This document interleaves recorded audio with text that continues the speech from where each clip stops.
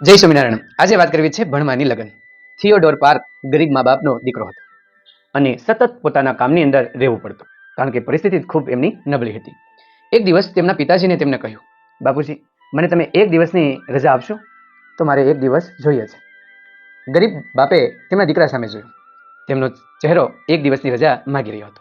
તેમની ઈચ્છાને તેના પિતા ના ન પાડી શક્યા અને એ નાના દીકરાને તેમને હા પાડી. આથી એ વહેલો જાગી અને 10 માઇલ ચાલી રહે છે અને હાર્વર્ડ કોલેજ પહોંચી જાય છે. ત્યાં એ પ્રવેશ પરીક્ષા આપવાનું નક્કી કરીને આવ્યો હતો. હવે એ શાળાએ તો જતો જ ન હતો, કારણ કે આખો દિવસ તેમને પોતાના કાર્યની અંદર રહેવું પડતું હતું. છતાં પણ સમય મળતો ત્યારે એ ભણી આવતો અને પોતાના કામના સમયે એ પાઠને યાદ કર્યા કરતો. સતત યાદને કારણે એ પાઠ તેમને યાદ રહી જતો. એ કોલેજમાં જઈ અને પ્રવેશ પરીક્ષા પણ સુંદર રીતે આપી દીધી. એ શિયાળાના સમયની અંદર 3 મહિના સતત એ મહેનત કરતો.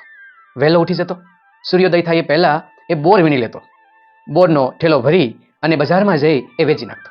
એમાંથી પૈસા આવતા એમાંથી એને લેટિન કોર્સ ખરીદ્યો હતો. લેટિન ભાષાની અંદર એમને અનેક પ્રકારનું જ્ઞાન મેળવી લીધું હતું. કોલેજની અંદર પ્રવેશ પરીક્ષા આપી સુંદર મજાની સફળતા મેળવી અને સાંજ પડતા એ પોતાના ઘરે પાછો આવી જાય છે અને એના પિતાજીને કહે છે કે પિતાજી, મેં હાર્વર્ડ કોલેજની અંદર પ્રવેશ પરીક્ષા આપી અને હું પાસ પણ થઈ ગયો. આથી એના પિતા ખૂબ ખુશ થયા. તેમને કીધું, બેટા, તું પાસ થઈ ગયો છે, પણ હું તને ભણાવી શકીશ નહીં, કારણ કે મારી પાસે પૈસા નથી, તો હું તને કેવી રીતે ભણાવી શકું? ત્યારે એમના દીકરાએ કીધું કે બાપુજી, કોઈ ચિંતા કરવાની જરૂર નથી, હું કામ કરતો કરતો જ ભણવાનો છું અને ઘરે બેઠો જ ભણીશ એવું મેં નક્કી કર્યું છે.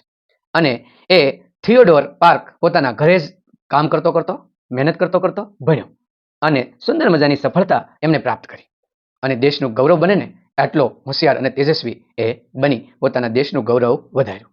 આમ કમળ હંમેશા કાદવની અંદર જ ખીલતું હોય છે. આમ થિયોડોર ગરીબીની અંદર ખીલેલું એ કમળ હતું અને એના દેશની અંદર ગૌરવ અપાવી અને સુંદર મજાનું કામ કરી બતાવ્યું. આમ કોઈ પણ માણસની અનુકૂળતા પોતાના જીવનમાંથી કાઢી અને સફળતા મેળવી શકતો હોય છે.